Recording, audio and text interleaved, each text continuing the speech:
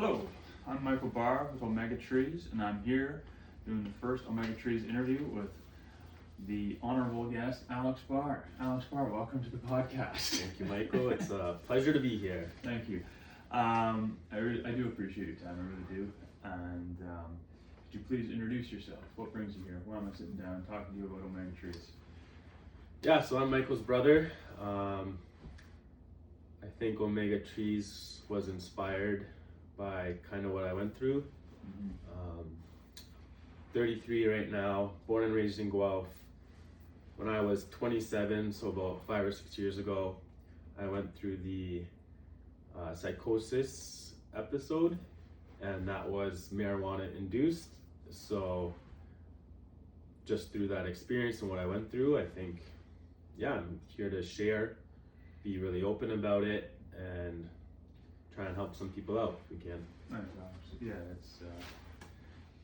I'm excited. I'm excited to learn more. I think we've talked a little bit about it, but there's some questions in here that I haven't asked before that I wanted to ask. So. Okay. And ask me anything. Ask me anything. Yeah, you're very brave about it. I admire how you've handled it and coming out of it. So the topics that I want to cover today are cannabis history. Like, what is your experience in history with cannabis, marijuana? If you can talk to us about what is it like in psychosis. It's a very strange phenomenon, and I think we all hear the word and we have a bit of an idea of what it is, but you almost cannot understand what it is if you haven't experienced it. There's no way for someone to understand unless they've gone through it. Definitely. I'd like to know about what it was like coming out of psychosis and how was that transition. You're now 5 years sober today. Congratulations. Congratulations, buddy. I'm so proud of you. Yeah, well done, man. Big day, big day. Yeah. And so your journey to sobriety, your feelings on cannabis now as somebody that has gone through this, a difficult process, with cannabis, and then advice that you give to people. So maybe if we can start, cannabis use. When did you first use cannabis? I feel like I had a different start with cannabis than most people because in high school I didn't smoke weed one time. So I was quite anti-weed growing up and in high school, and then I went to Laurier for university right after high school, and the first time I smoked at university was in my second year. Quite late. So you see people partying, people are smoking all around me, and I was never interested. Why? I knew it kind of gave people, I was worried about getting anxiety. You hear about that. I started taking medication for anxiety, and I just knew it wasn't a good idea. And I didn't care if people smoked weed, but I just thought I wasn't interested. So it wasn't until second year that I first smoked weed. Do you remember why did you decide to try it that first time? Why not? Yeah. For whatever reason, I was with some good buddies. We said we were just gonna chill. We weren't gonna get too baked or too high, and I said, you know what? Maybe I'll give it a try. Yeah, just university experience, something new. In a way, yeah. Yeah. Figured. So what is the journey from there? You don't use in high school. You're a little anti-weed in your own words. You don't even smoke in first year university. Second year you try it. How does it go from that to what I believe was eventually heavy use? What does that journey look like quickly? Well, in second year, I only smoked maybe 2 or 3 times. Okay. I got really high. I was tripping out. I didn't hate it. I didn't love it, but I smoked a couple of times. Yeah. And then it wasn't until third year when my friends and I got a student house. So I lived in residence. First year. Third year, you're 21-ish? I would have been around 21. Second year, we were in an apartment condo building. So it was hard to smoke in a condo. There's a lot of rules and it can smell, so you can get in trouble. And then third year, it's funny, I can remember telling my friends at our student house when we first smoked, we were gonna watch a movie, we went to 7-Eleven, got a bunch of munchies, a massive Slurpee. And I told my guys, I remember telling them, I'm gonna smoke 10 times throughout the year. I'm only gonna smoke 10 times. That's it. And I just made that number up and I said, I'm sticking to this. We got really baked, we had a great time, we were laughing, watching a movie, and then I loved it, I was super chill, and I was like, you know what, I'm gonna keep smoking. But you distinctly remember setting a 10-time limit for that year. And my buddies would bug me all the time as the year went on. Really? So much for that 10 times. Interesting. So in third year, you really tipped into it and started living that stoner lifestyle. Third year is when I started smoking. Yeah. And how frequently are you smoking in third year? Well, I smoked first semester on weekends, maybe like a couple of times during the week after we're done studying and we're gonna watch a movie or we're gonna go to the movies or whatever we're doing, chilling. Just mostly on the weekends, social, and then near the end of the year, I was smoking pretty much daily just because I thought I could function and do both. I could stay in school. I could manage it, and so by the end it was just a good time and just something that made me feel chill and was having fun. Yeah. So by the end of the third year, you're using daily. Yeah. And then, so that's 21. Talk us through the journey from that to psychosis. So from third year up until I was about 25 or 26, I smoked pretty much daily for all those 5 to 6 years. Primarily, strictly with a bong. Okay. Hitting massive bong tokes, getting really baked. And then one day, just something, I don't remember specifically what day, exactly when it was. I just remember one day I smoked and I got extremely paranoid.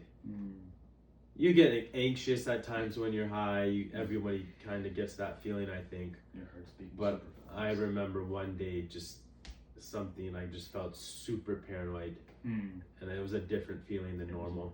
That was at about 25 or 26. So there was one instance where you got way more paranoid. And it was like, I felt that paranoia when I'm too high, you know, like kind of anxious in your own skin. I'm worried about what people are thinking. My thoughts are racing. It was like I'm just really tripping out. You're just really tripping. It's like I was just, something was off, I guess. Something was off. And then what happens from there? Would you define that as your first instance of psychosis? No, I wouldn't say I felt psychosis at the time. I just felt I was really tripping out. Yeah. From there was a lot going on in my personal life, just with work, personal relationships. And from there, I continued to smoke daily. And that paranoia, that different feeling was persistent. It was persistent. It didn't go away. It didn't go away. When you were high? When I was high, and even when I wasn't high. You were more paranoid than you were prior to that instance. When I was sober, I felt an anxious feeling, and then when I smoked, it just intensified. Interesting. And then, what was the first instance of psychosis? What is the timeline between that paranoia, that distinct paranoia then, and psychosis? I don't know if I can pinpoint a specific psychotic episode or when my first psychotic episode was. I started just getting more and more paranoid, and I just slowly started to get detached from reality. And I had this paranoid feeling that something was going on, started to slowly have the thoughts of voices in my head, thoughts of dark thoughts of the demons, as they say.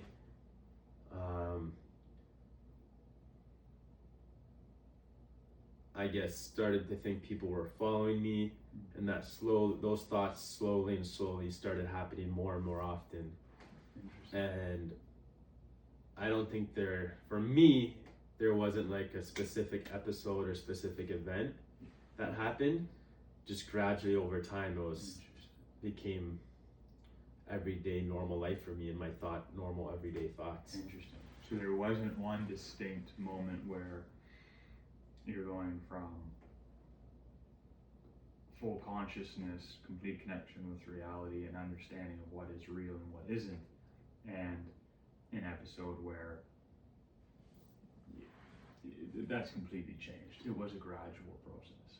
For me, it was. These thoughts started to make more and more sense to me. Which and it's thoughts? like the paranoid thoughts, the voices in my head, the demons following me. All this started to make more and more sense to me, and I started to tell why did I not clue into all this before? Like, why didn't I realize this is actually what's going on? Interesting. And I stopped taking my medication around that point because I realized it's almost, my medication is what's held me back. My medication has made me a zombie and made me chill out and not made me realize all these realities of the world. Blue pill matrix stuff. So it was gradual for me, but. And the medication was for anxiety. The medication was for bipolar. I was diagnosed as bipolar. Yeah, so I was diagnosed as bipolar at 25. Took a strong anti-anxiety, strong antidepressant that are known as a good combination for bipolar. I was taking those consistently for about a year or two. And then when I started having I started entering psychosis. I slowly stopped taking the medication consistently. Interesting. But so you had been diagnosed with bipolar, been on these medications, but had never experienced psychosis before this? No. And my family doctor, Dr. Kramer, warned me from the age of 15 when I just started taking an anti-anxiety called, what was it called? It's like your starter anti-anxiety that all these high school kids start when you're first doing that. He always warned me. And about what? About not smoking, the dangers of smoking weed. Oh, really? Combined with an anti-anxiety medication. And then same with my anti-anxiety and antidepressant. But I just thought, no, for me it chills me out, I enjoy it. It's not actually it won't happen harming me. But that's kind of when it started to get worse, is when I stopped taking the medication, and then I compensated for taking less medication by starting to smoke more. Interesting. A lot more. Oh yeah. So what does that mean? I went from smoking 1 to 2 grams a day, from anywhere from 3, 4. I think I was smoking a quarter a day, which is 7 grams a day. Wow. Okay. And actually, it's interesting. I looked up yesterday, I believe it was, average daily consumers who are smoking daily, on average, smoke 1 to 2 grams. That's an average amount. Makes sense. But heavier users in that top 10, 15% of daily consumers are using 3 to 5 grams plus. Yeah. And so you were in that top category, and it sounds like in the higher echelon of that top category. how do you define psychosis? Psychosis to me is living in an alternate reality that you've conceived in your mind, and basically psychosis is going crazy. It's just, to me, that's what you can call it. People don't know what psychosis is, you just say it's when you go crazy. You go crazy. How do you feel about that phrase, going crazy? Well, I was told I'm crazy growing up my whole life just because I'm a pretty outgoing guy and I do what I want. So there's people told me I'm crazy my whole life, but when I started psychosis, I think I was becoming actually crazy in terms of not just being different, but now I'm this guy's really out there. Like something's off with this dude. I've lost clearance. Rather than just being a funny, goofy character, there's something wrong with this guy. Right. How did it feel? What was it like during psychosis? How did that feel? It felt confusing. Why? How? Because I started to have these thoughts that I've never had my whole life. Confusing as, why am I starting to hear these voices? Why are these demons in my head talking to me now? Why does nobody else see this? Why do people think I'm going crazy? These thoughts are starting to make so much sense. Why does everyone think there's something wrong with me? And when you were in that state, did part of you recognize that, like, it wasn't real? How did that, did you see the two differences? Because it sounds like you're saying, why didn't I see that before? That's a thought you had, which kind of states that you recognized that this was new and different, but you believed it to be true. Is that accurate? Yeah. So, the question I want to ask, but feels stupid to ask, is, were you able to recognize what is real and what wasn't? No. No. To me, it just felt real. It just felt real. What does that mean? What is that? How? It just means these are my thoughts. I mean, it's just... There were voices, and the voices were real, and so how could the real voices in my head not be real? It's just... This is how I'm feeling, and this is my reality. And this is what's happening, and this is how I feel, so I have to... That's all you know. Yeah. Interesting. And talk about the voices. Like, what do those voices sound like? It's just a voice from... It's like my voice that you're hearing now, but there's no body attached to it. You can hear, like, it's my own voice. It's my own voice saying, Alex, pay attention. Alex, that guy's looking at you. Alex, that guy's watching you. Alex, hit another toke. Alex, you need to clue in. Alex, Mike doesn't know what he's talking about. Alex, get higher. Alex, he's not going to understand, but there's a reason why you feel this way. Alex, you're going to figure it out. You're going to find out why you're going to find out what's really going on.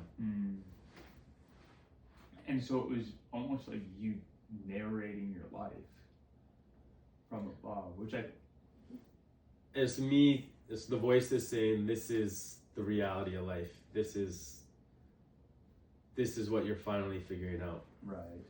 How does that differ? Because I think we all have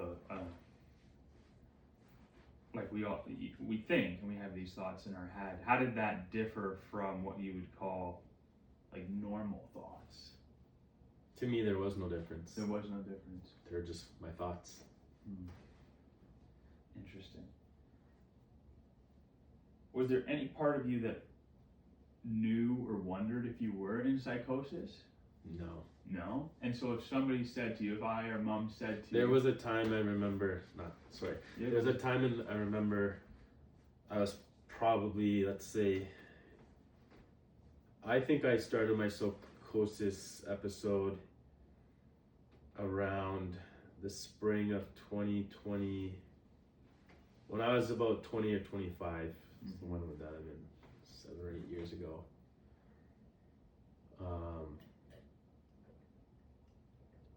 And I would have been 2 or 3 months into the psychosis, and there was a time we were at mom and dad's, and I think I was high, and you came up to me in the kitchen and says like, don't you see what's going on? Like, don't you you were so frustrated. Do you not see what this is doing to you? And I almost chuckled to myself, and I was like, he's freaking out, but he doesn't really know what's going on. Like, he's just concerned, but he doesn't, it's not that serious. I don't see reality. I was the one that didn't understand what was real. You were just freaking out, and to me, you were freaking out for no reason. No, there's nothing wrong. Interesting. So no part of you questioned those voices or questioned? Not questioned the voices, but questioned that there was nothing wrong with the voices. It's just my friends and family don't understand, and eventually they will. Eventually they will. You knew what was real, and it was us that didn't. Yeah. Interesting. And I also didn't see the effects. I wasn't aware of my surroundings and how my behavior was becoming. More. It was so clear to you. It was so clear to our family and my friends what it was having an effect on my life. Yeah. Whereas to me, it was just, they just don't really get it right now. Right. Well, you'd almost become, you had seen the light. You had, reality had revealed itself to you, a reality that we weren't aware of. We had the veil pulled over our eyes. Yeah, you could say that. Was it a scary experience? Like, were you still paranoid in that time? Were you anxious in that time? Or was it like calming? Yeah, it was scary because without going into, I'll share what I feel I can share, but the demons told me very scary realities. I mean, I thought people were following me. I thought that I had this destiny that I needed to solve and help the world, and that there's an evil force out there. I talked to somebody else whose husband was in psychosis. He said similar things like, you're possessed. Like, everybody else, they don't realize that there's demons and there's some evil people who are trying to harm others, and it's up to me to stop it. And it was scary. You think people are looking at you, you think, oh, they realize they know what's going on. This person knows they need to stop me. Stop you from your mission to save the world. Interesting. Interesting. How does it compare to a dream? How does it compare to a dream? I think a dream is an experience that a lot of people have, and it's kind of, you see things, you hear things, and they feel real in the moment, but you're not living and experiencing those. So it might be an interesting way for people to understand and connect to psychosis. I think when you're a regular person has a dream, they wake up and know it was just a dream. Whereas psychosis, I don't know I'm in psychosis. Never. Yeah.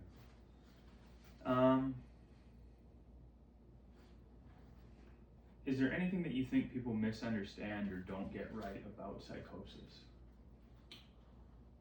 Misunderstand? I think they don't maybe understand why it happens, or the chemical cognitive effects of why it's happening. But if you see someone who's psychotic, you think they're crazy. And I think there's a lot of truth to that. I think they might get wrong that if someone's psychotic, they're just gonna be that way for the rest of their life.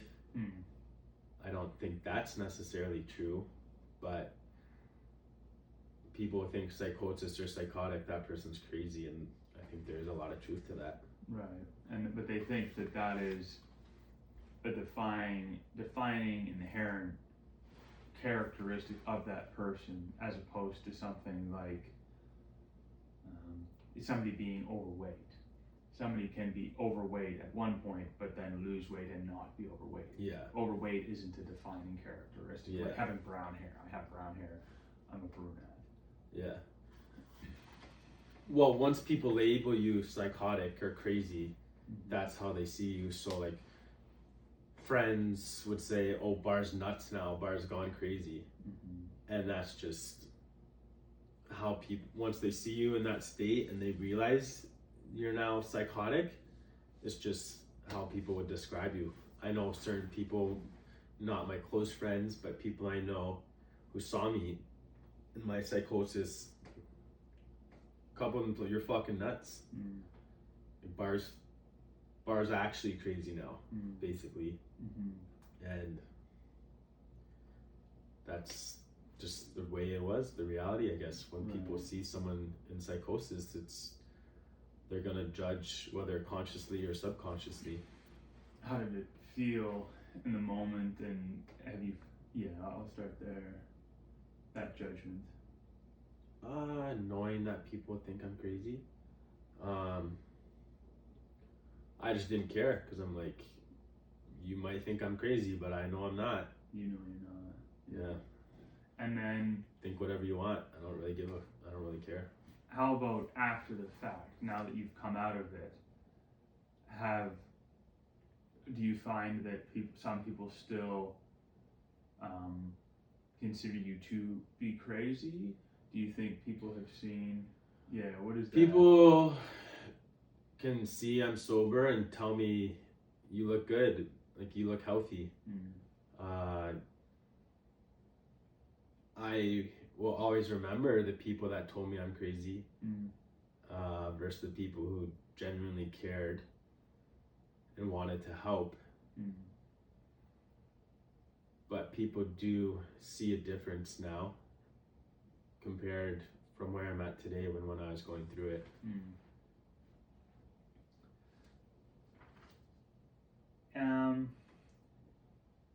Coming out of it, talk about how did it end? How did it stop?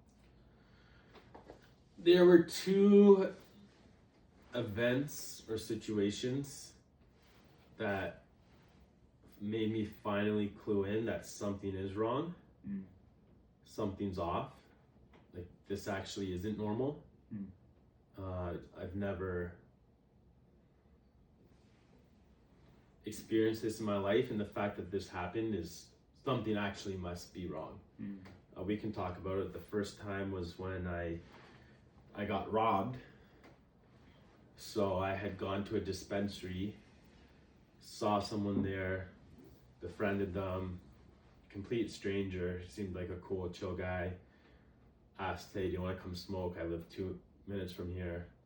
I wanted to know if he had grava, which is a type of tobacco that you can smoke with your weed. You sprinkle it on top, and it gives you like that head rush, and then you get the chill high. So I befriended this person, not knowing who they are, and then a couple of days later, he's asked for a ride to Toronto, and then when we got to Toronto, these people robbed me.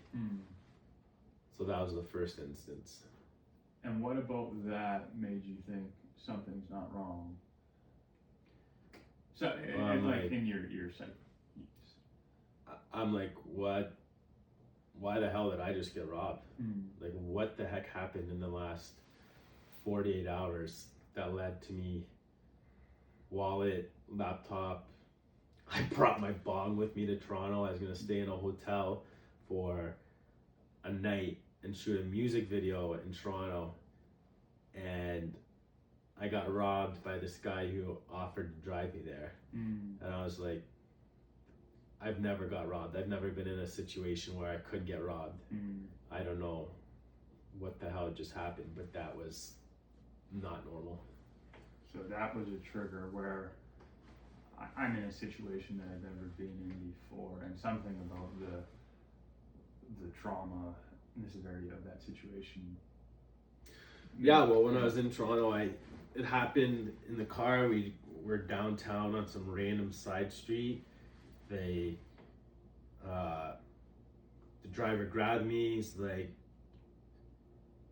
drop everything, leave your wallet, your phone, get out of the car. I was like, whoa, just hopped out. I walked, this was at nighttime too. It was pretty dark out. I walked a couple of streets, and just by chance, there was a cop pulled over on the side of the road. And I spoke to him. I was like, I just got robbed by two guys. Don't know their names. They have a black Toyota Corolla. Something just happened. And he's like, well, do you have any more information? I can't do much with that. And he's like, are you okay? You could tell something was wrong with me. And then I had to call mom and dad to come pick me up. The officer spoke to them, drove home from Toronto at like 10 o'clock at night, midnight. And I remember now thinking in the car, like, okay, this was weird. Yeah. And, okay, so that's the first event, and you said there was a second event.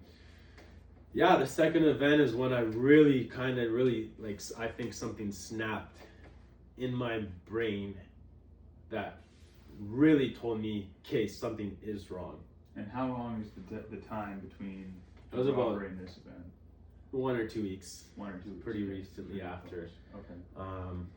What happened that day was I was extremely skinny, like unhealthily skinny, and I had this fixation on becoming a rapper and saving the world through my music, and like exposing the darkness of the music industry.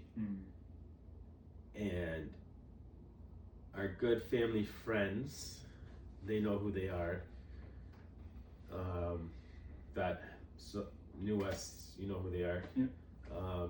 Came over because they were concerned, and it was a nice sunny day. They knocked on the door. I didn't know they were coming over, and they were like, hey Alex, we just wanted to say hi, and we thought we got you a book.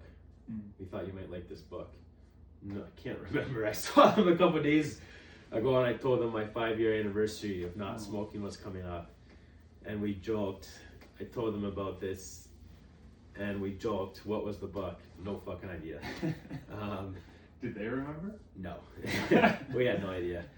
But I was telling them about what's going on and all these big plans I have, and I could just see the concerned look on their face. They didn't want to judge me or show that they were judging me, or they didn't tell me you sound crazy, but I could just see the concern on their face.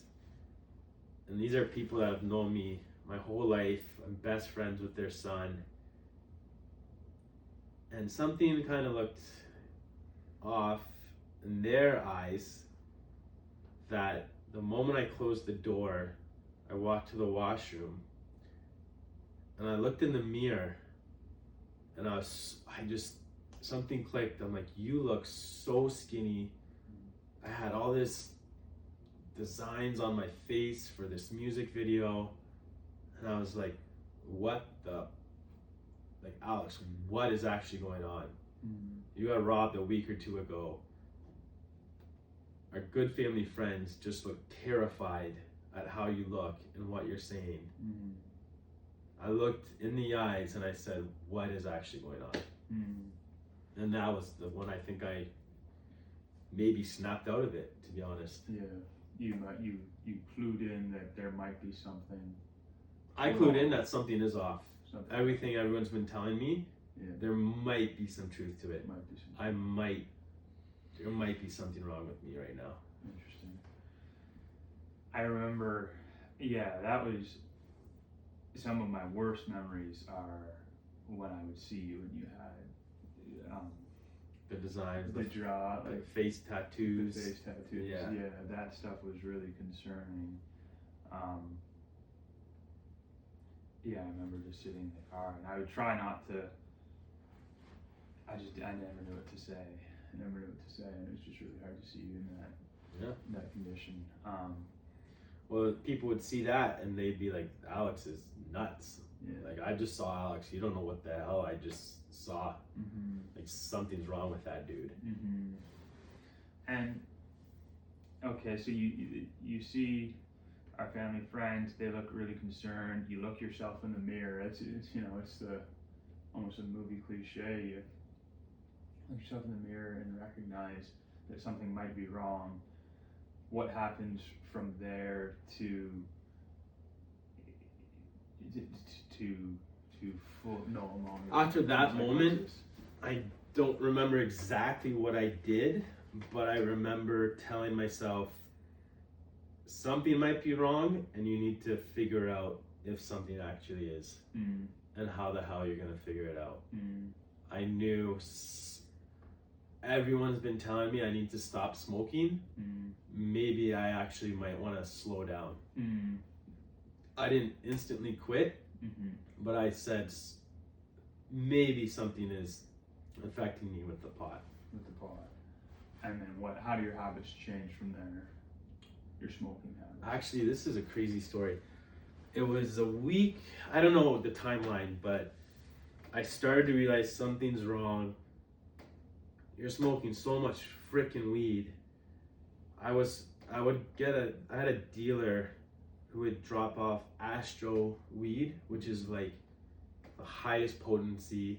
The weed nug was like a baseball in my hand. Like, it's still, if I saw it today, I'm like, that's a beautiful nug of weed. Would not touch it, but like, it was like a baseball in my hand, one giant nug.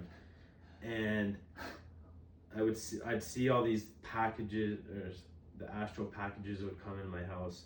And I'm like, holy shit, I'm smoking this in one day. This giant nug of the highest potency weed. Yeah. And I started to slowly notice these things. And then one day I decided, I'm stopping. This is what's fucking me up. The weed. This is what's fucking me up. And if I really want to figure out what's going on with my life, I do need to actually stop. So one day I went from my townhouse near the mall, and there was a forest really close. And I took my bong, this beautiful bong I spent like $150 on, and I brought it with me, and I walked into the forest, and this is not good what I did because there's animals and people walking in the forest, but I found a rock and I just chucked my bong like 10 or 20 feet, and I heard a smash, and I walked away. I was like, I'm not fucking smoking anymore. Oh, good. And that was the start, I guess, of turning my life around. Wow. Really. Wow. And I remember, for those who say you fucking left glass everywhere in a forest and there's animals and people walking, I did go back to the forest a few times trying to find the glass, and I did find shatters of glass that I cleaned up as much as I could. Good man. I will make that note. Yeah. And then, okay, so you smash your bong. You've realized that maybe something's wrong. You think it might have to do with the cannabis. You want to find out. You smash your bong. What happens from there?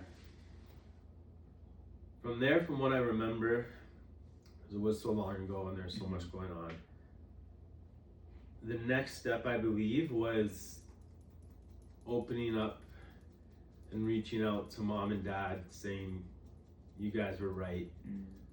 I do need to stop, and I do want to get sober. Like, I want to do it now. Everyone else is telling me I need to. Yeah. I actually want to now. Right.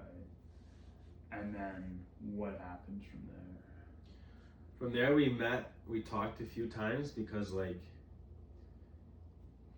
the psychosis and the psychotic episodes were so hard on you guys and all my friends that it really, really affected all my relationships. Yeah. Communication was almost minimal because you guys couldn't get through to me.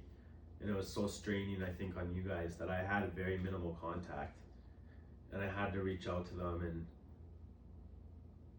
they may have came to the townhouse, or I went back to mom and dad's, had a couple conversations, I think admitted to them how wrong I was and how rock bottom I really hit. And I do want their help, because they always offered it and always offered the help and support. I just never wanted it. I didn't think I needed it. And then I said that to them, and their response is, we'll help you, but we're not putting up with all this shit. So if you want our help, this is how it's gonna look, and this is how it's gonna go. And if you want to do that, you can do that. This is how it's gonna be. Okay. And what did that help look like, and how did you go from there into The and are you help, still feeling psychotic? Like, was it an on-off switch? Like, you smash your bong, you stop smoking, you go to mom and dad's. it wasn't an on-off switch. Yeah. I came to that realization that's something wrong, but I still had the thoughts that I was having before. They just slowly started to Fade. They slowly started to turn from reality to me understanding, nah, maybe that's not actually. Maybe that person's not actually watching you. Maybe that thought in your head is actually just paranoia. Maybe that thought is not real. That thought isn't real. Interesting. Yeah. I find it really interesting because I like to meditate, as you know, and I like philosophy, and what is consciousness, what is reality, is an interesting concept, because when you meditate, you can think of who is the observer. Like, you're trying to focus on your breath and stay present with your breath, but who and what is it that's present with the breath? Like, it's kind of like a film projector on the screen, and if the screens are thoughts, and thoughts are passing on the screen, you can recognize it, and then so there's the projector, but who is the projector and what is the projector? And psychosis I find fascinating, because it really calls into question that, and you've almost got a profound understanding of it from this experience, that you truly are not your thoughts, and that your thoughts can be untrue. And if some thoughts can be not true, how do you think about that and consciousness, and like who is the real Alex Barr? Well, with anxiety, a big part of controlling anxiety is distinguishing, is this thought realistic or is it just my anxiety?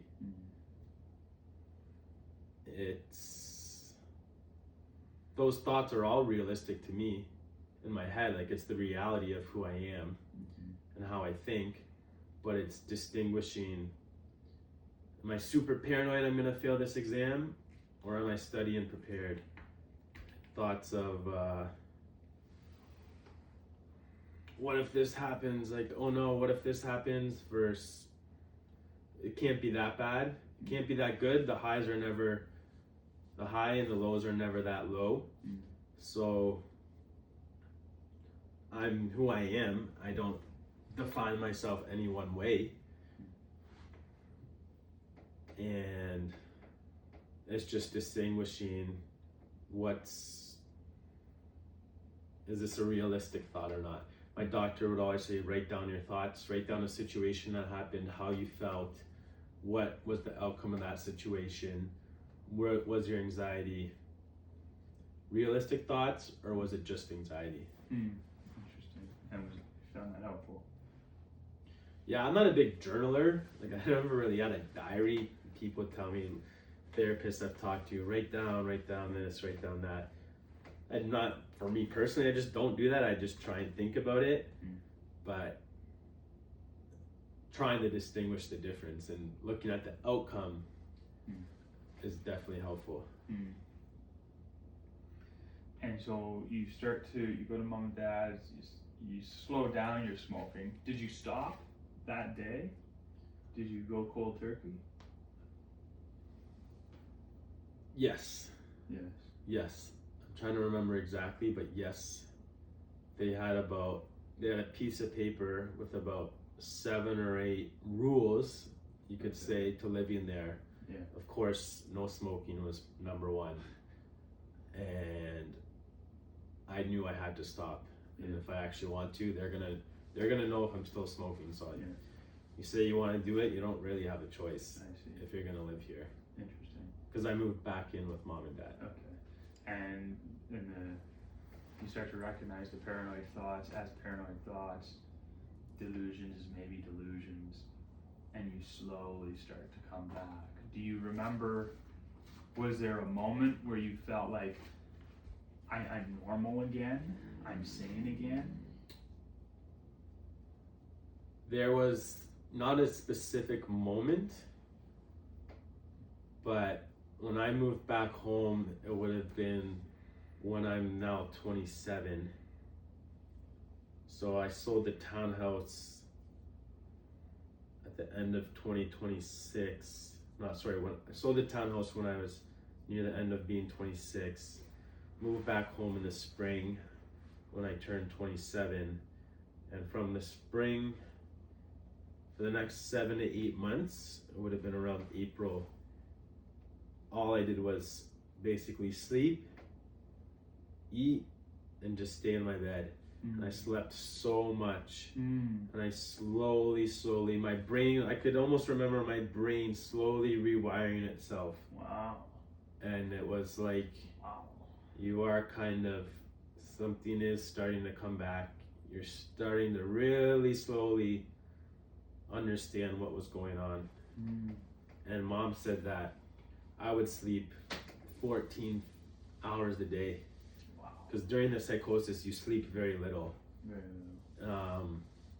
And in my recovery, when I lived at home for probably, I don't know exactly, but 5 or 6 months, I'm sleeping almost all day.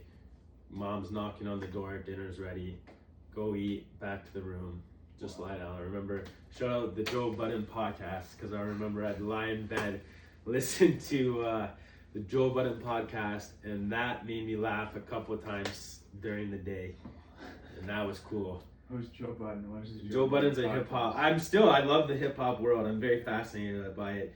Joe Budden's one of the most well-known hip hop commentators, influencers. He was a rapper. He has his own podcast now that's one of the most popular in hip hop. And I would listen to that all day, every day. I listened to every single episode. There was like 500 episodes that are like 2 to 3 hours long. I've listened to every single episode over that 5 or 6 month You're span. a hip hop encyclopedia. And I was just slowly getting back to it. Days where I'm feeling depressed and awake because I'm like, I really fucked up.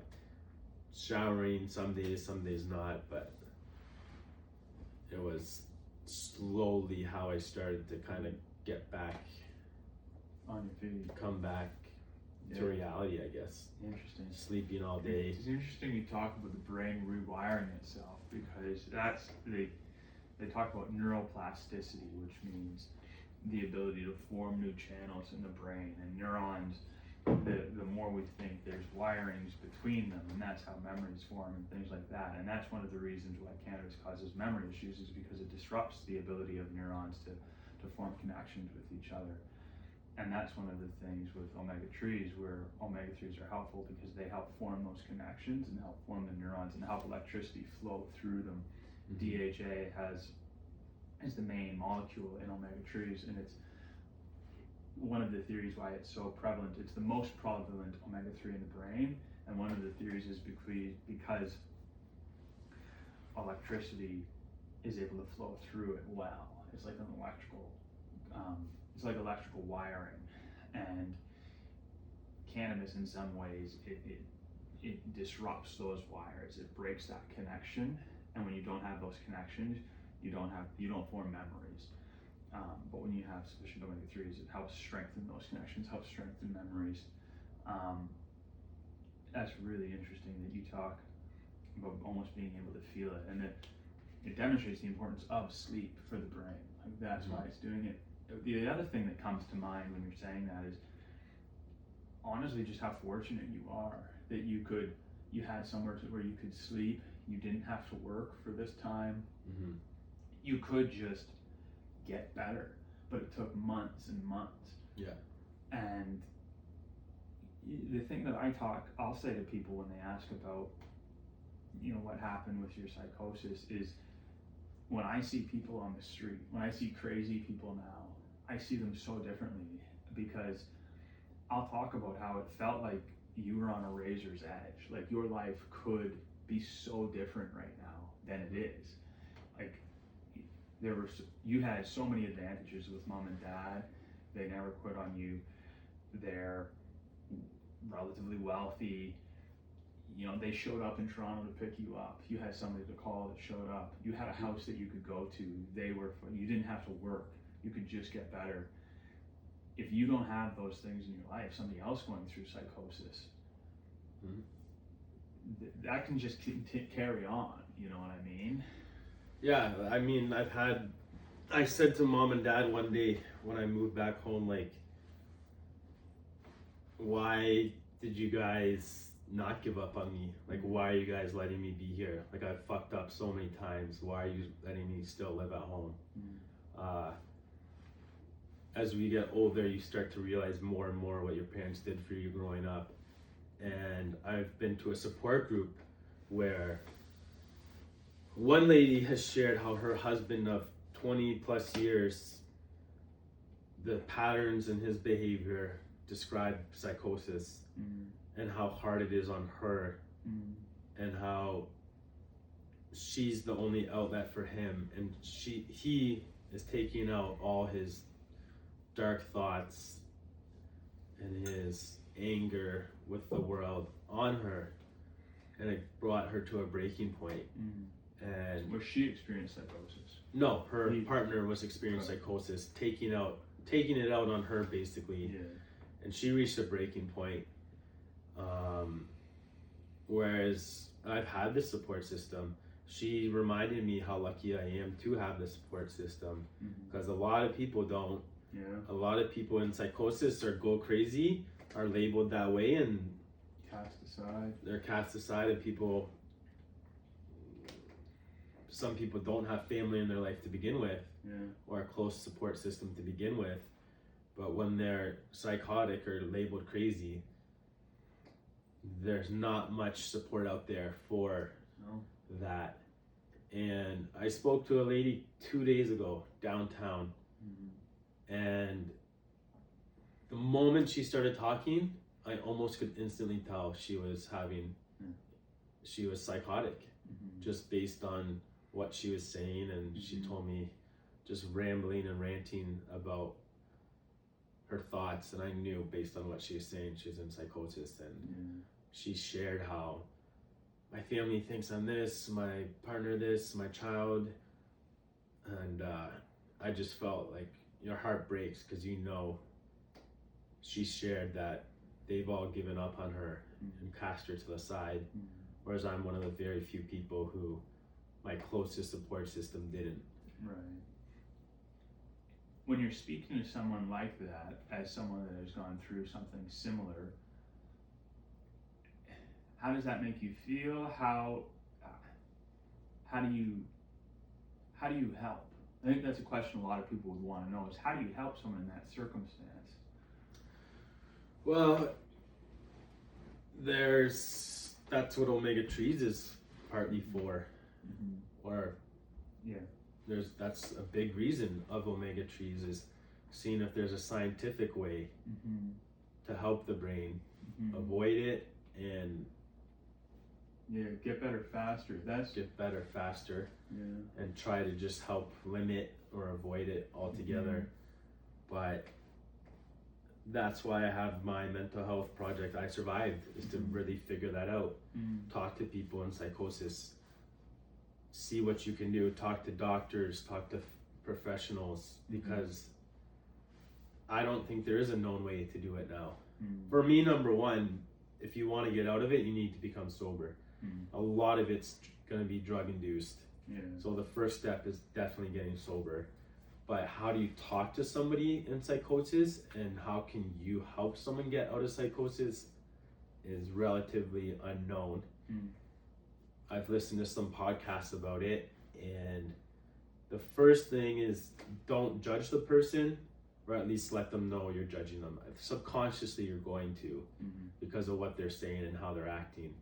But don't let them know you're judging them, because like I said, I was having these thoughts that are normal to me, and it's not you, but the person is saying, that's not true. That's not what's happening. And I'm like, well, yeah, it is. Right. It is. You're just the one that doesn't see it. Here it is. So don't make the person feel judged.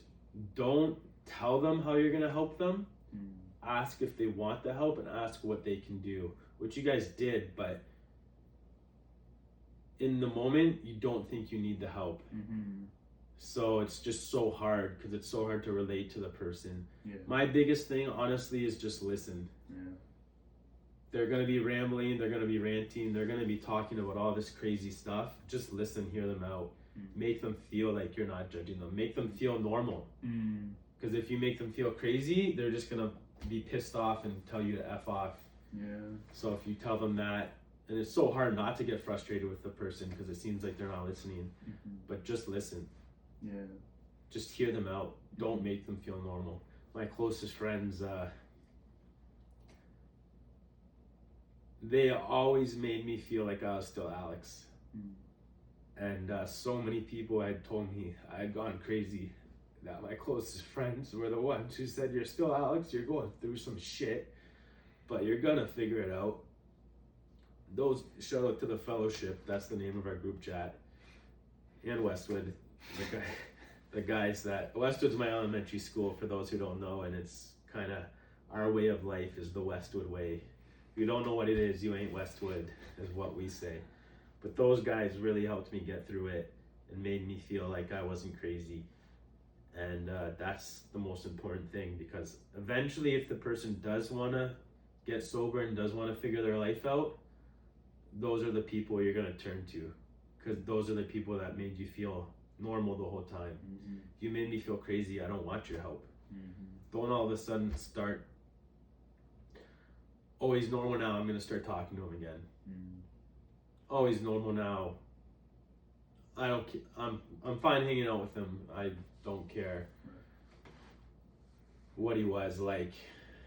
Now it's socially acceptable to talk to him again and hang out with him again. And I also must imagine it's, if they were there with you through it, and they would listen to you during it, they were safe people to talk to and come back to as you got healthier. Yep, definitely. Thanks for sharing. So how do you feel about cannabis now? Like, you have, how long does the psychosis period last? I mean, it's just a blur in my head too. It's different for everyone, I think. I don't know all the research and information, but I think for some people it could be episodes. Some people it could last months. Some people it could last years. They might never snap out of it. I don't exactly know. Do you remember how long it would be for you? I would say about 8 to 9 months. When I was truly psychotic, about 8 to 9 months. 8 to 9 months. So you go through 8 to 9 months of psychosis. You're smoking cannabis every day, 5 grams plus a day. How do you think and feel about cannabis now? I will never tell someone, like, listen, I'm not going to tell someone don't smoke weed. If someone has an addictive personality, if someone is on anxiety medication or bipolar, I'm going to tell you it's really dangerous for you. You need to be really careful. But I don't think I'm in any position to judge someone or tell someone what to do or what not to do surrounding weed. Now, that's interesting to me. So you go through what you've gone through, but you wouldn't tell someone not to do it. Why not? Because it seems like if you think that somebody comes to you and they're on anxiety meds and they're bipolar, and they come to you and say, hey Alex, I'm considering smoking weed for the first time. They're saying they are bipolar and they're telling me this? They say, I've been diagnosed as bipolar, I'm on anti-anxiety medication, and I'm considering smoking weed for the first time, I would think that you almost have some obligation. I'm telling that person, don't fucking do it. not, yeah. That specific person, Yeah. do not fucking do it, because I'm bipolar, I'm on medication, I smoked weed, Yeah. I had marijuana-induced psychosis diagnosed. Mm-hmm. Don't fucking do it. Don't fucking do it. But then the average person who smokes weed, doctors prescribe weed to people. Yeah. Marijuana can help some people, Yes. but it can also harm other people. Mm-hmm. So I'm not telling somebody I don't know Mm-hmm. not to smoke weed. Mm-hmm. As I learn more about them, Mm-hmm. I'm gonna say you might need to be careful. Right. You should not do it. Right. But other people it helps. There's the term functional stoners. Yeah. Yeah. Yeah. Some people it does help. Yeah. I struggle with it too, because I agree. I think adults should be able to do what they want. I don't think people should. I don't like being told what to do. And I used to smoke a lot, and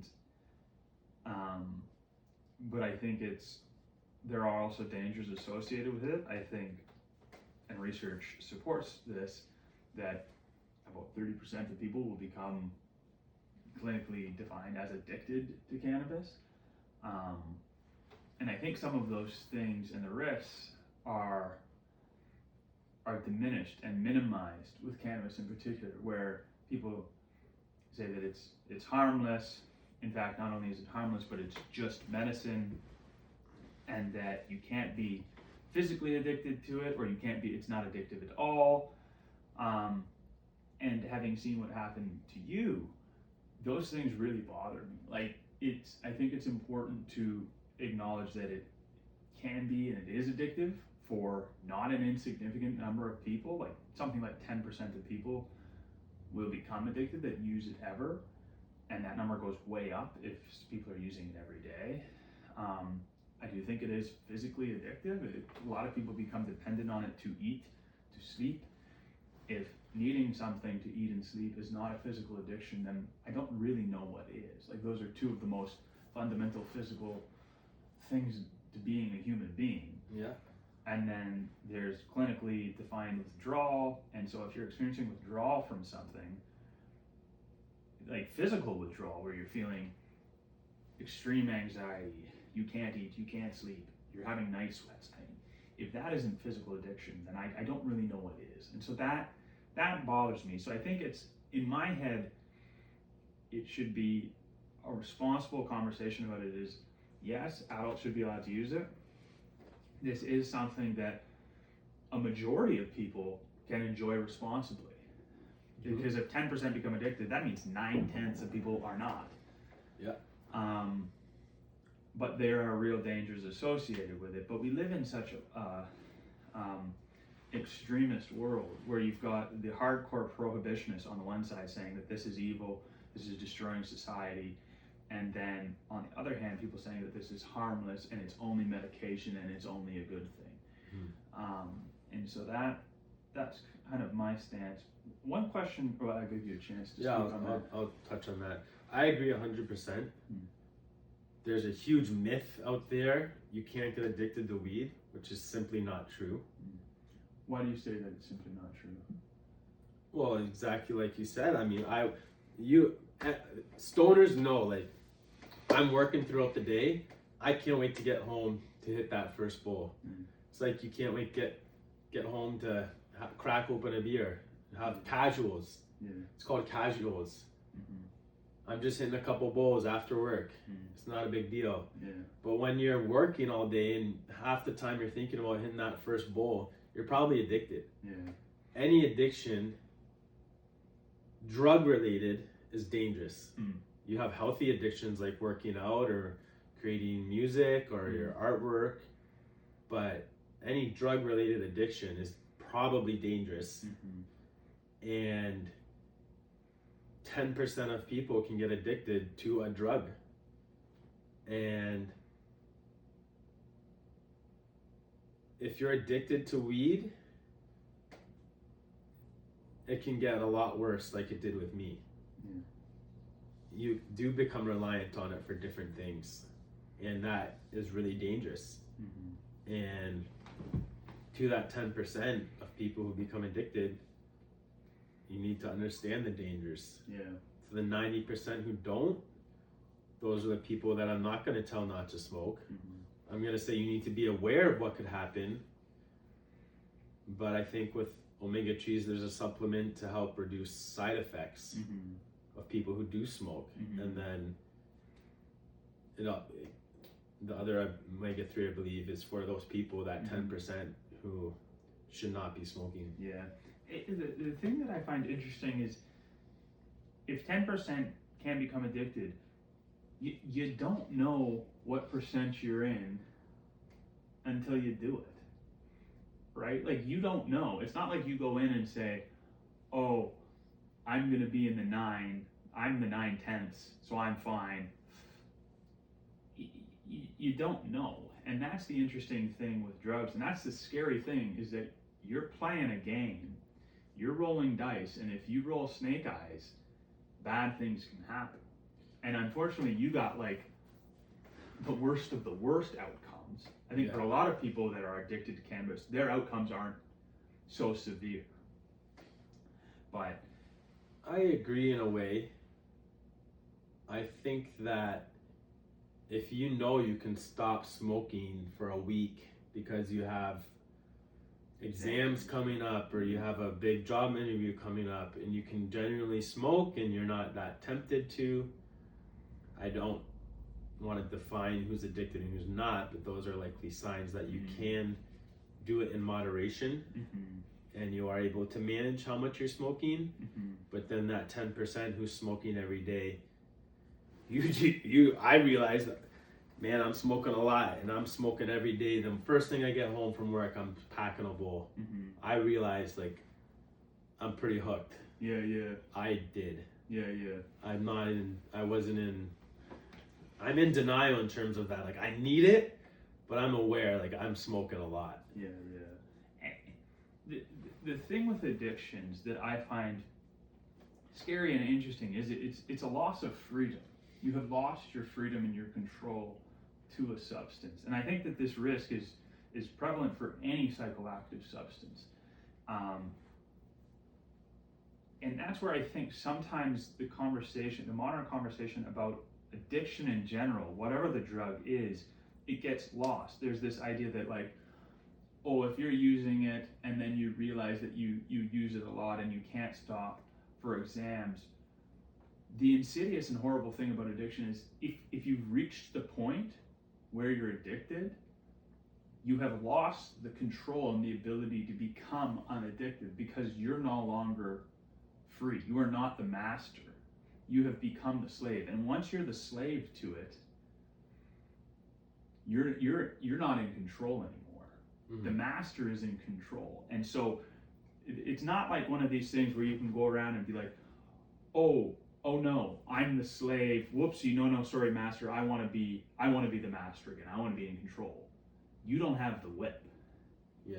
And once you tip into that bucket, and it's not like a distinct, oh, I'm hooked. It happens gradually, and then all of a sudden you're on this other side, and you can't get out.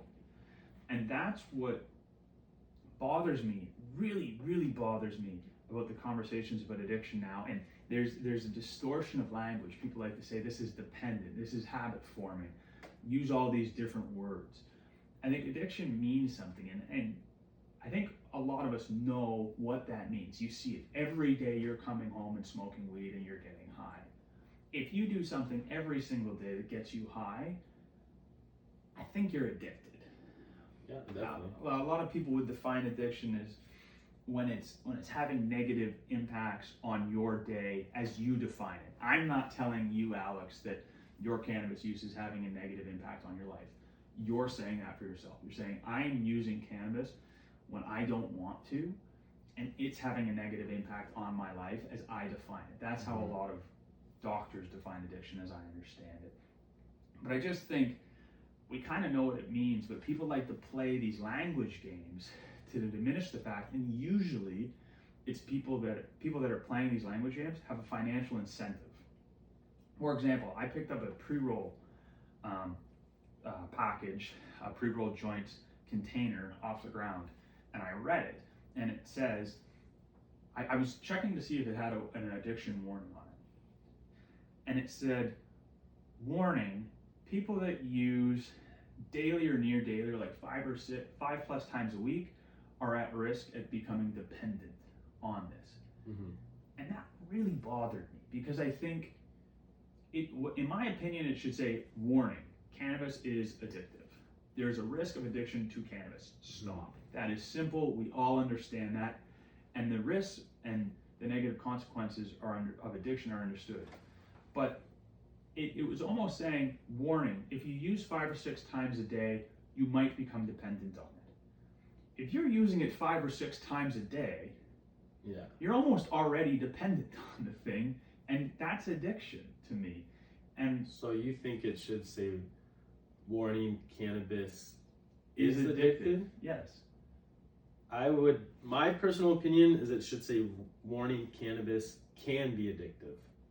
Yes. For some people, it absolutely can be addicted. Some people, they may not become addicted. True. But I think if it has the potential to be addictive, then it is addictive. And I think that's an important distinction to make, because going back to that, you don't know which of the 9/10 or 1/10 you are. Like alcohol is also addictive. And I think this is something that defenders of cannabis will say is, well, alcohol is too, or tobacco is too, and we let people use it. That's true. But we don't diminish the fact that tobacco and nicotine is addictive and say, oh, it's addictive, and some people don't get addicted. Not everyone that uses heroin becomes addicted to heroin. But we say heroin is addictive. Would you agree that heroin is addictive? Yeah.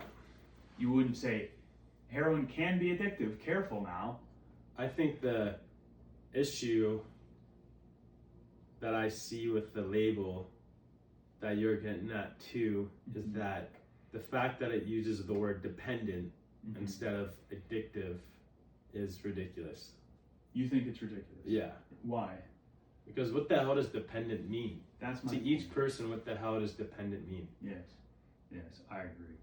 And I think I see these games. You see the labels on cigarettes. Warning: cigarettes can be addictive. Yes. You think alcohol? Everyone knows you can get addicted to alcohol. Everyone knows crystal meth, heroin is highly addictive. Yeah.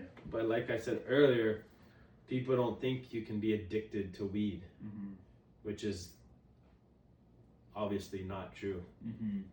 Yeah, I've had some conversations recently with people that have cannabis hyperemesis syndrome, and if you don't know what cannabis hyperemesis syndrome is, it's a cyclic vomiting disorder where people vomit uncontrollably over and over and over, sometimes for days and months on end.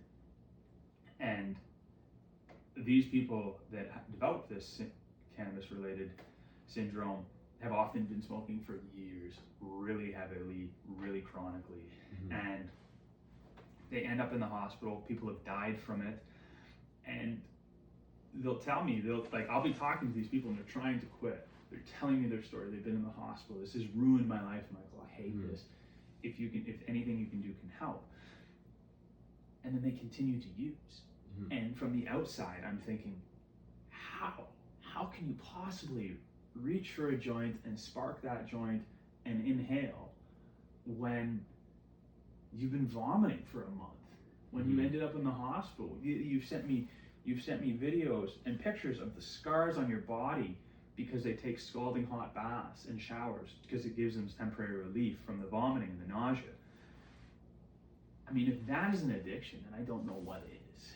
Oh, definitely. I mean, when I was in my psychosis and I was coming out of it and I was starting to realize something is wrong, I still smoked until I had that moment.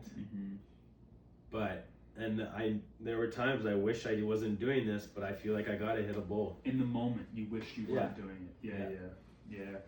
And I think,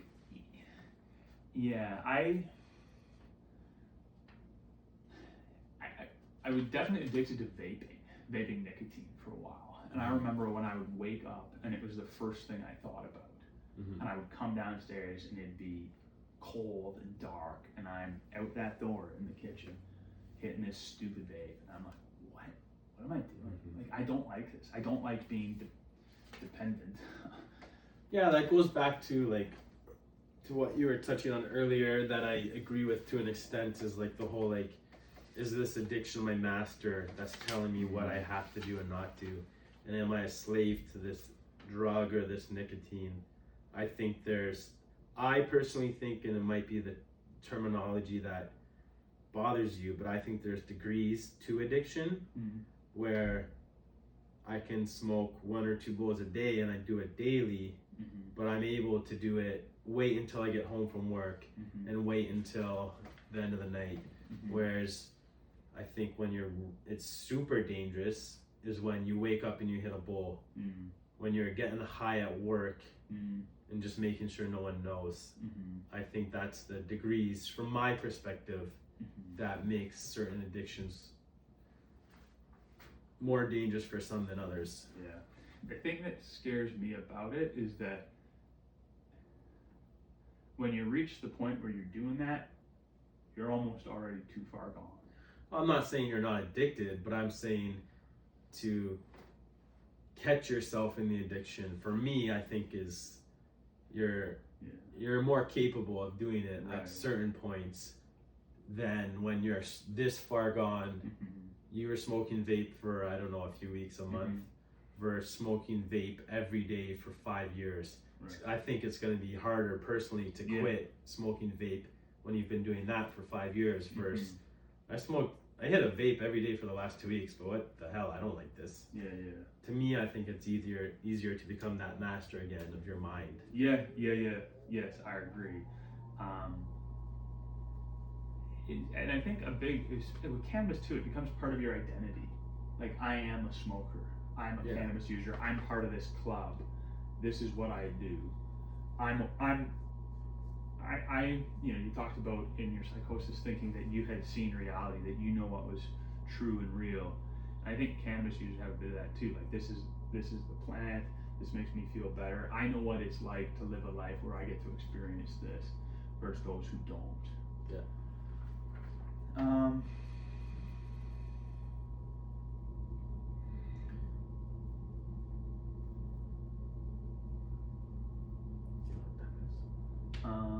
Take a little break. Not a break, but you just want to Yeah, I think we're like an hour in, so we started at 19. It's probably about 10:30. We should probably wrap up it. Yeah. I guess maybe I can ask like a couple more questions. Just, is there anything that you learned through psychosis? Anything I learned? Is there anything good that you take from it? I learned that I think what rock bottom truly is in life compared to most people who don't have a serious addiction. And I'm not playing the victim card, I'm just saying I was really at rock bottom. I was questioning life every day, questioning, do I want to be here every day? So I learned like to be grateful for the little things. I mean, as we mentioned, today is my 5-year anniversary of not smoking. When I had a shower this morning, I listened to an MGK song, Machine Gun Kelly, called Rehab. And in the song, he talks about how you can become addicted to something, and then the power and the feeling of when you are no longer addicted and when you have control over it, and when you are sober again, the power of that. And the song's called Rehab, and the chorus starts to go, I no longer need to go to rehab, or don't need to go to rehab. And I had a moment in the shower when I was like, holy shit, I don't need to go to rehab today. Holy shit, I'm sober. I've been sober for 5 years. Like, this is incredible feeling. And I just wake up, every day I wake up just grateful that I can now work a job that I can now go to school and study, and I can pass my courses, and I can focus on my exams. And it's just, I'm just so grateful to have a roof over my head that I can pay for, that I can now put food on my own table. And those are the things that I'm most grateful for in life, that I think a lot of people take granted just because they haven't seen that rock bottom of questioning life, being suicidal, having to go to rehab. That is just the power of knowing I was crazy and I was so close to so many horrible things happen. Bad things happened, but it could have got worse. The worst could have happened, and I just learned kind of the beauty of life, and don't take life too seriously because it can get really dark. So just be grateful to wake up, be grateful to hang out with your friends, and one day I might have to go back to rehab. I can never say that it couldn't get that dark again, but I'm in a place now where I'm sober and I now know the dangers of it, that I can understand it could get bad and it could get really dark. So be grateful and stay sober because you love life now. You love life. So really appreciate what you have going on now, because 5 years ago it looked a lot fucking different. You love life now. Oh yeah. Yeah? That's why I broke down in the shower, because I was like, I don't need to go to rehab today. Yeah. I need to study. I need to go talk to my brother. I need to go say hi to Dino. Shout out Dino. Who loves you, baby. But yeah, people are like, you're never a girl. I made a joke to a girl before exams, and I made a joke, and she's just like, you cannot be serious. And I'm like, well, why take life seriously? Life's so short. Like, I just want to laugh, make people smile, joke around, and that's to me the most important part. You're serious about that. Life. Yeah. Yeah. I'm serious about making people laugh. I don't take myself seriously. I often make myself look like a goof or look like a silly, so that other people can laugh. And I know what I'm doing. Yeah, I'm jealous of that, Alex. Like, I'm super jealous of that, and I think, like we've talked about, that's what I'm struggling right now too. I take life serious. Like, I'm sitting here in a suit and tie in my own damn living room talking to you in a hoodie. And I don't know how to get out of that seriousness. I don't know. The game of life is so serious to me, and the consequences are big. And it's interesting you talked about psychosis and feeling grandiose and having to save the world. Like, I have those thoughts now. Like, when you were talking about that, I was like, am I in psychosis right now? Because I have these thoughts about omega trees, and it's like, I see the truth. Why don't they see the truth? There's these demons of addiction, and I'm fighting these demons of addiction. And I know the reality. They don't. I think everyone has those thoughts. Everyone's trying to figure out the purpose of life, the meaning of life.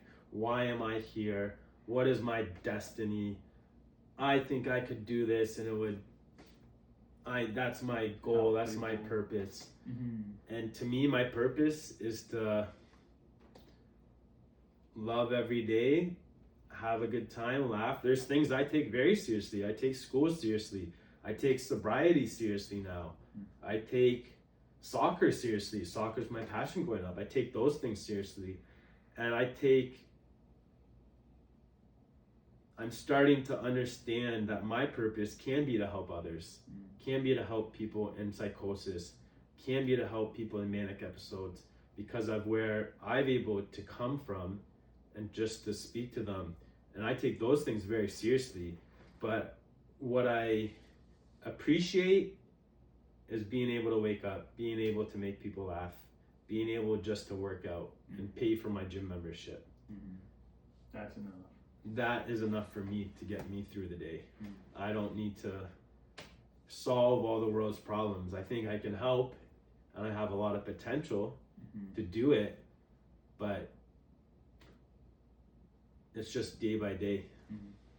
What do you think of omega trees and what I'm working on? I think omega trees has the power and the capability to help a lot of people, and I think that it's one person at a time. I think that one person who's shared about their vomiting disorder, you can help them, and then that person tells someone, and then that person tells someone. I don't think that omega-3s, I don't think you're gonna sell 1,000 bottles of omega trees tomorrow as you get the word out, and it's gonna instantly cure 10,000 people. I think it's each person at a time, and that's the power of omega trees, is that as it helps one more person and one more person and one more person, it can making one sale, to me, because I look at the little things, helping that one person is the start. And then as people catch on to there is a solution to psychosis, we can supplement your health in positive ways for smokers. That's the power of omega trees, and it has the potential because there's nothing like it out there. And if you can get the word out there one person at a time, then eventually, whether it's 3 months from now you get a clinic started, a trial started, whether it's 1 year from now, as that's word gotten out and you get one more person to commit, and then you have enough people to start a trial, that's how it's going to build and how it's going to grow, because there's supplements for all types of diseases, but those have been around forever. So for omega trees to really grow, it's 1% at a time, and who knows when you're going to make that breakthrough. Interesting. Has it changed, like with psychosis and delusion and what is real and what is not? I want to ask, has it changed how you think about God? Do you believe in God? Do I believe in God? I believe there's a spiritual being out there. I believe there's something greater than us, and I do keep the faith. And there was a lot of times during my psychosis I questioned if there's God, if there is a God. Because it's like, if there's a God, why the hell am I getting robbed? Why the hell am I anorexic? Why is this happening to me if God's truly out there? But now that I've able to become sober, people say God's plan. I believe that there is something out there that helped me get through it. And we grew up going to church. I think I do believe in God. I believe in having faith, I would say. Faith that there's someone out there that's gonna help you get through this, and just the faith. I really believe in having faith. I'm not the most religious person, but I do believe that there's something, a higher being out there that's guiding you through life.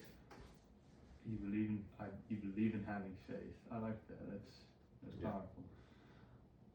Thank you. Yeah, that's one of my new mottos, is keep the faith. Keep the faith. My mentor, one of my main mentors, always says keep the faith. And to me it's powerful, because there was a lot of days that I didn't have faith. And somehow, some way in the back of my mind, I knew there is some way that this is going to work out. And, even in your darkest hour. Yeah, I always believed somehow, maybe I can figure this out. And then I had those 2 moments, and I said, maybe you are starting to figure it out. And maybe if you do start listening to other people, you're going to figure it out. And I think omega trees has so much potential, because it can help people figure that out sooner. Yeah, that's the hope. I think it's not a cure, but I don't think anything is. And it's almost interesting talking to you, like, it has to come from within, but it's about helping people for themselves. And helping that recovery, when you talk about your brain rewiring, helping the brain rewire faster and keep those connections. So maybe that last chords and connection, it keeps one paranoid voice out of their head, which lets one more good thought enter. Thank you, Alex. I love you. Love you too. hit that like and subscribe button. Got it. Oh. Thanks, that was really interesting.